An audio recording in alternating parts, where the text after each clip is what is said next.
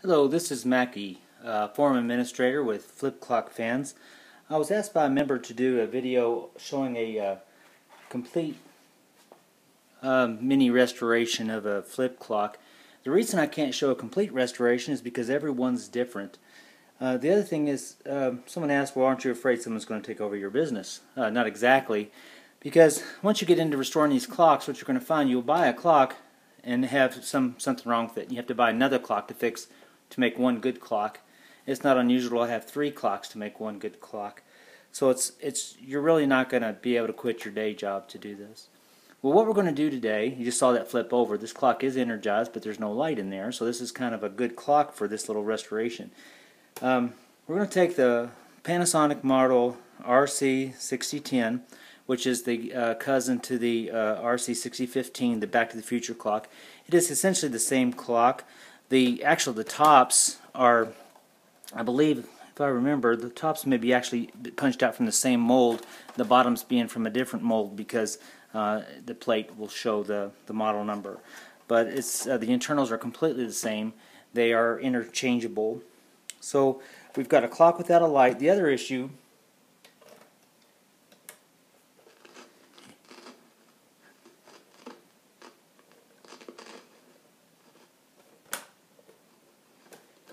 is you hear the static. We're gonna clean and lube this sucker, and we're gonna get it working again. So we've got issues, light and the contacts need to be cleaned. So I'm going to show you how to disassemble this clock. I may end up breaking my own rules because I don't like to use a mechanical screwdriver on these, but maybe I might do that if I start running out or going too long on this. You need a good number 2 screwdriver. I like the magnetic tips, makes it a lot easier. There's other things that you might need. We'll get to that when we get there. One of the things that I like to have handy, and I'll just reach down in here in my magic tool drawer and pull it out, is a butter knife. Now, I probably could get a fancier tool, but the butter knife is actually the best tool for this, what I'm getting ready to do. Also paper towels. So what we're going to do is we're going to take this Panasonic apart, and we're going to get the buttons off first. And you just take your time so you don't scratch the cabinet or hurt the buttons or anything. Sometimes it takes a little more force to get those off, and I would just take my time and work it around. Sometimes this will be an issue too. Okay, if I can't get that the first try, I'm going to pull the whole thing out and back it out a little bit, then grab it. Comes out straight, pull out. Don't torque it one way or the other. And this one just pulls straight out. Okay, so after that, we're going to need to take apart the screws. I like to take them all out, even the clock motor screws. We'll get them out as well. So I'll try it with my handy dandy screwdriver. The reason I like to use a regular screwdriver is because sometimes if they're stuck, the force of the cordless will just break the plastic. I don't have as much breakage with these white ones as I do the wood grain ones for some reason. I don't know why. I cannot tell you why. Okay, so cabinet screws here.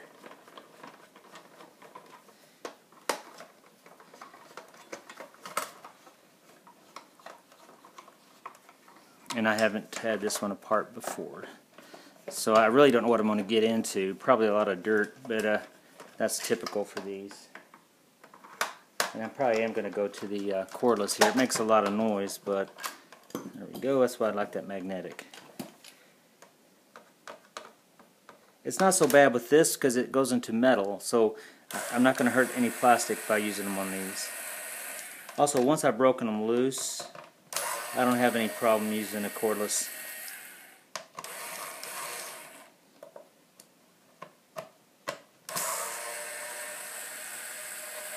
There's a lot of elements of restoration that I'm just not going to be able to go into in a video like this. And this is going to be kind of a long, boring video, but kind of reminds me of those videos I used to watch when I was trying to fix my car. I don't care if they're boring. I just want to see every little step. So maybe this will help somebody. Okay, that usually means one of my screws is not loose. This is my motor mount screw. And my best tip for you is to don't be in a hurry and don't rush. Don't force anything. Well, we're getting there. It's the center screw. Live video, don't you love it? Okay, there we are. Just comes clean, clear. Okay, so there's that black kind of tarry kind of, I think it's electric smoke or something, but ammonia takes that out. Alright, well, we've got a pretty good looking clock here. First glance, look at the cone. That looks nice. Okay, and it's clean. Surprisingly so. Okay, you want to retain this. That goes over top of your AM/FM selector. So good. You want to find a place for that. This will sometimes turn up missing when I'm doing a restoration. So sometimes I'll just go ahead and get this out. Just to get it out now. It's a rubber piece that kind of cushions the speaker. So I just get that out and put it with my stuff so I know where everything's at. Okay, I'm going to need to take the main circuit board off. I believe it's just one screw for these, yeah, and that kind of lifts away. The clock should be able to be worked loose, and I've got all the screws. Just kind of wiggle and jiggle, okay? You know, and that's our first look at the light. You can see it's the old light, okay? It's the shrink wrap's kind of darkened. I just realized I'm working on a live clock. Safety first, okay? So I have yet to be shocked by one of these. Now I'm going to tell you something. The converter drops the voltage down, the transformer, pretty quick. But on the older clocks, my goodness, don't ever work on them. Well, don't work on any clock energized. But them old ones will have a live. You just put your hand right on there, and you're going to hit live current, full force. So these are a little safer, but. And then the other thing, if you're not used to electronics, and I'm no expert, some of these capacitors and stuff hold a charge. You can get zapped even when the thing's off. I used to show people, even after I unplug it, I can turn the radio on and play for a split second, or the alarm will go off. I like to use the regular here because, again, I'm going into plastic. I haven't heard a crack yet, and sometimes you'll hear that plastic crack, and you've done it. Okay, so I'm trying not to bore you too much here. So I've taken apart this is the retainer that holds down the cord. Now if you're doing this yourself, take your time. Like when you take the screws out for the transformer, maybe put them in a spot so that you know, okay, those were my transformer screws, you know, or that was my circuit board screw or whatever. Okay, we'll get to this in a second. That's an issue. I'm kind of showing you how to take it down all the way in case you wanted to do a full cleaning. But okay, right here, what I usually do is I'll just kind of pop this out. What I've done is I've just moved that wheel thing out of the way. I could pop it all the way out, but all it's doing is giving me access to this screw right here. So I'm getting access to this screw, which does the dial. Okay. There's two here. This one's a little harder to get. You could take that bar out. There's really no need to. By knocking that out of its track here, it gives you plenty of room to work. Okay, now you want to leave that in there because it's inside of here. You don't want to screw around and bend that. Now there's one more screw right here that needs to come out. And I haven't. So this one's done well. There's not been a bit of plastic cracking from the very beginning. Now it's just the way it is. Sometimes it's going to crack, and it's not going to affect the clock. You might have to glue something back. Okay, so I just kind of put this. I can put it aside as one unit, or I can go ahead and turn this thing. Let's see if I can show you. Turn this thing and get that out of there. Okay, so that's a disassembled. Now the only thing left is there's a piece of cardboard thing here with a reflector on it, and then there's this here. Now what I usually do is I'll grab all these wires and I use my thumb to kind of brace it. Okay, nope, so it wasn't nice. See, it broke the connector in there. So we're going to have to strip those wires and get that back in there. It took the whole transformer out. It's not a big deal, but so just a little snafu, and we're going to have to either use brute force here or use a pick or something to get that out, or cut it and then chisel it out. Boy, they didn't want those to come out, so I'm going to probably stop the video in a second and go ahead and get those. You didn't miss anything. I had to get my handy pick. I had to take my time and work that out. You can see that evil black glue that they use. It really adheres. Had to pry that out and eventually got that loose. And I went ahead and replaced the nuts with two modern screw-on nuts. And they'll fit down in there just fine. The clock's energized right now, so I could make sure that the bulb is out. If you ever want to know is it on or not, you can touch it and you can feel a hum. This one, the motor is very quiet. I don't know if you can see that, but the motor's turning in there. You kind of get an idea of what you can touch and what you can't, and really, trust me, just don't touch anything.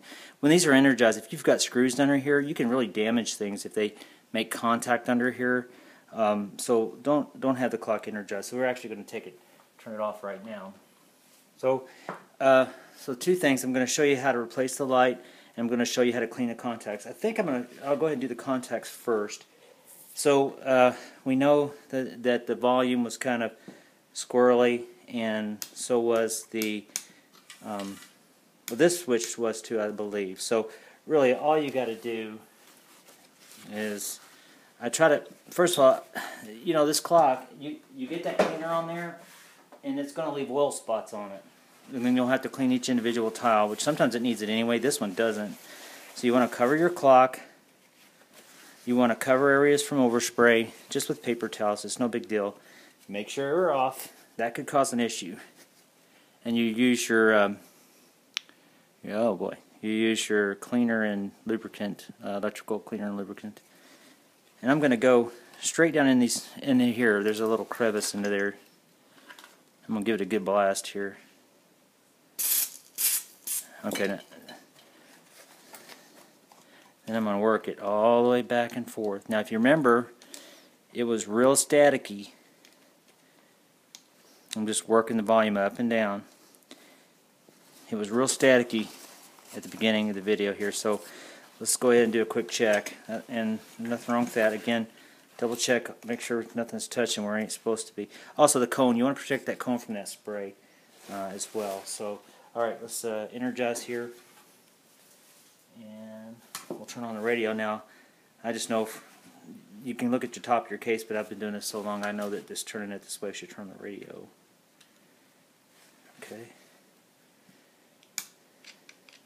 Okay, now you notice, you may not be able to notice, but the volume's actually working better, and that's probably on but what's not working, see that? That's cutting out.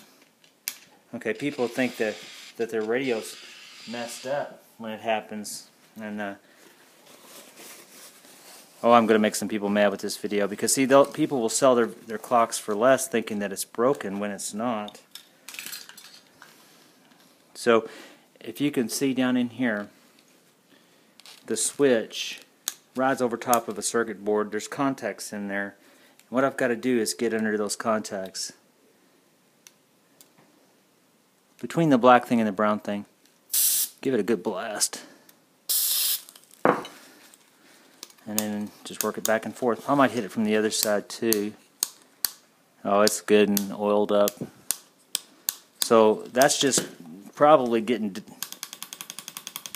dust off of there. There's 5 years of flipping right there. Okay, nobody switches for AM and FM that much. There's 10 years worth. Okay, most people aren't using these for radios anyway. They're using them for the clock, but who wants one that don't work, right? So I'm going to go ahead and plug her in. Okay, we got to tune a radio in. Now there's your tuner. It's plastic. I can grab a hold of that.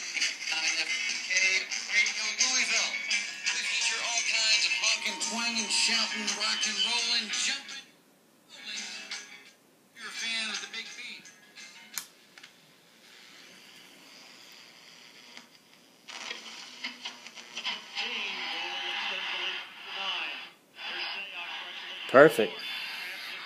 So that clock went from basically non-functional to functional from 2 sprays, as you saw. So that's how you fix it. That's cleaned and lubricated right there. Now I could probably take some Q-tips and go through and clean that off just to make it look nicer, just because I'm that way.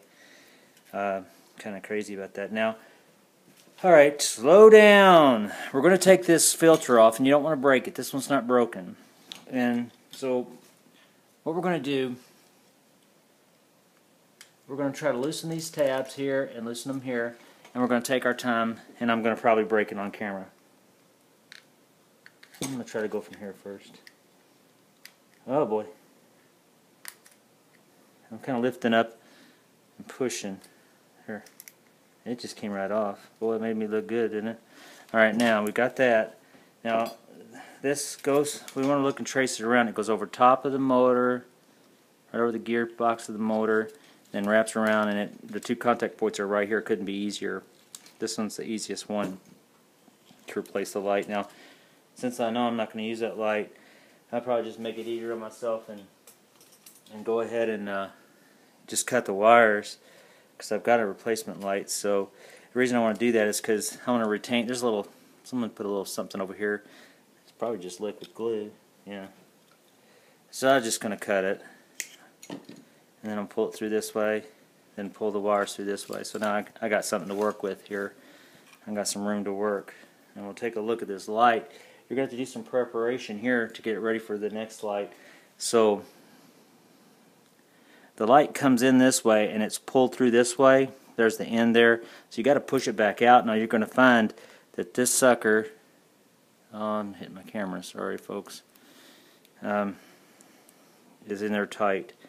And let's see if we can draw some blood on camera. So I'm going to try different ways to push that out. Okay, so what I did was I just stripped it down and it knocked the bulb out, so I don't have to worry about getting cut with that. So, but now we got this really strong in there, so I'm just going to try to push it out this way. It is stuck, and this is why restoration takes so long. And you got to work this out. It's just got to be worked out, and it is not fun, and it's kind of boring. Oh, it ain't bad. It's better than putting a puzzle together.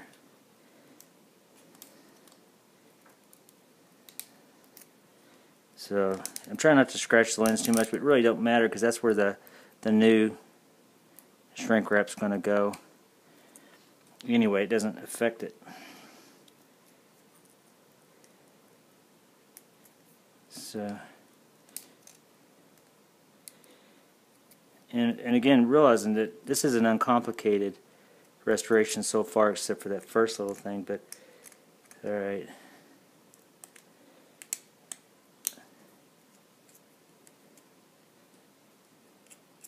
That's pretty much it.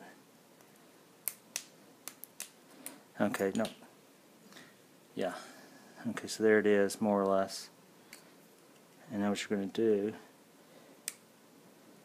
I'm just cleaning things up, sorry for the boredom. Okay, so we got us a new light, and I like to get the full lead. I don't like, but it is a 12 volt 50 milliamp. I like to get the full lead. Okay, if you're a member of Flip Clock fans, you get one of these for being a member. If you have need of it, don't be taking my bulbs for no reason. They do cost me money, and I will sell these to others if you need them. I buy them in large bulk, so if you want to spend a bunch of money, buy a bunch of them, you can, or you can work with me and I'll help you out. Why don't you just join Flip Clock fans and I'll just give you one, for goodness sake. Okay, so just kind of put it back in there so you see the big wide open space, and then the light bulb, you just kind of strain it through. It's not complicated. And there it is. It's ready to go back on. Okay, so I guess I want to go ahead and get these off, but let's do this. Let's go ahead and string this light through.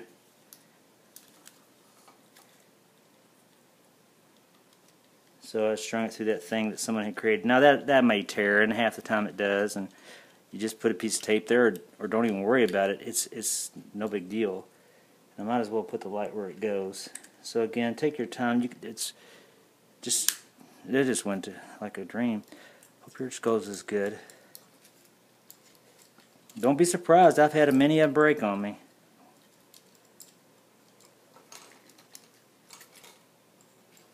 And yeah, I can come up with excuses why it's taking me so long. I'm trying to let you guys see what's going on and do this at the same time. So it just goes up there like that. I think if we rewound the video, we'd see that's where it goes. And then I've got my leads here ready to be soldered in.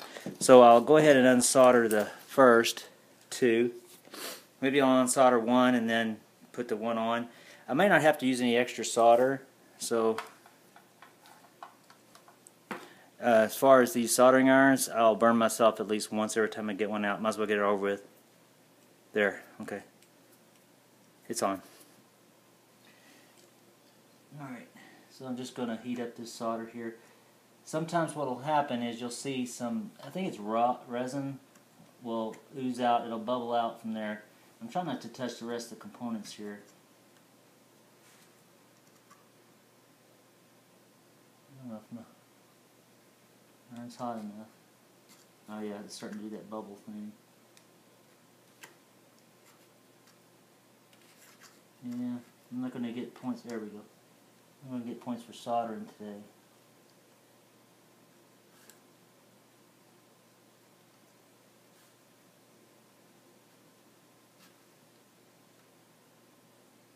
Sometimes it seems to me like there's,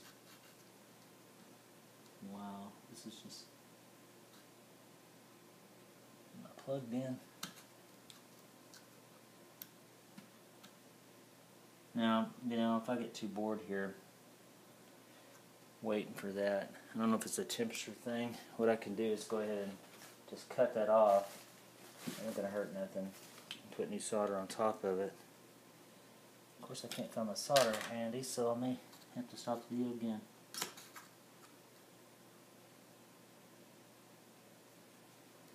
That is just amazing. There it goes. That solder just isn't wanting to melt, so I'm going to probably find... It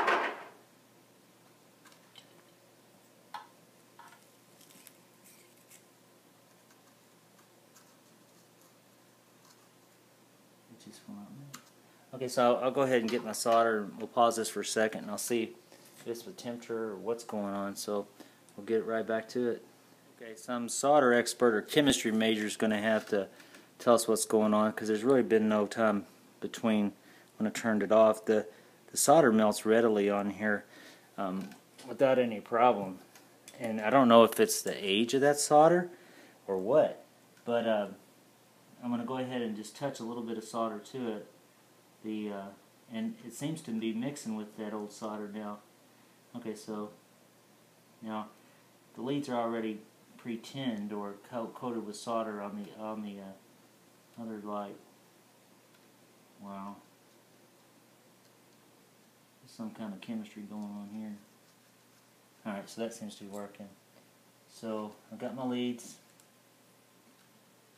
I'll go ahead and do this one first.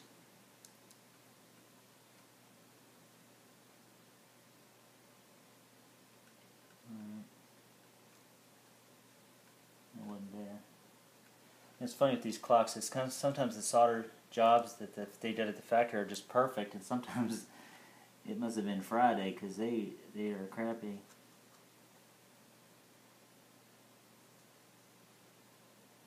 And it's always Friday around here. Alright, there we go. That don't look too bad. Not that bad. Okay, that was it. Now we'll be able to know. So really, the only thing, like I said, if somebody's an expert on solder, they can tell me, but that stuff wasn't melting. And I didn't heat that back up. But when I mixed some new solder in with it, it worked fine. So we'll energize again. We should see that light come right on. The Cancer MasterCard from Fifth Third Bank, and the answer is... And there it is. And that's the yellowish light goes through the blue filter. Makes it look a little more white. This clock's done. We've got a nice clock. The internals here are wonderful. This would be a good clock for someone to buy to use to restore one of their 6015s, because you can use the face plate here, which it's got some scratches on it, but the paint's in pretty good shape. So this is a good little outfit here.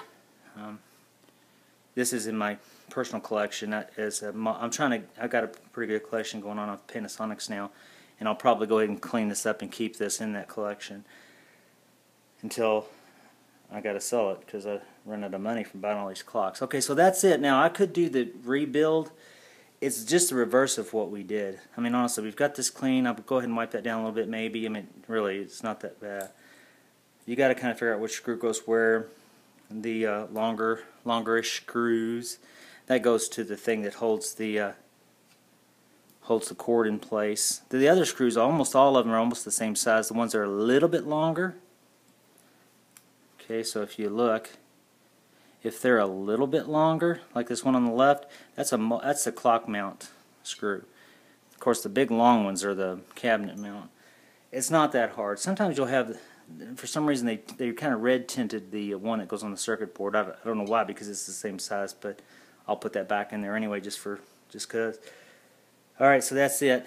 If you have any questions, just keep them to yourself, because this is wore me out. No, really, just come to Flip Clock Fans.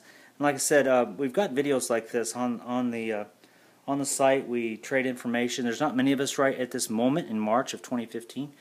But there's a contest going on trying to get more members. But the ones who are there are interested in clocks, and we'd love to help you. So come to flipclockfans.com.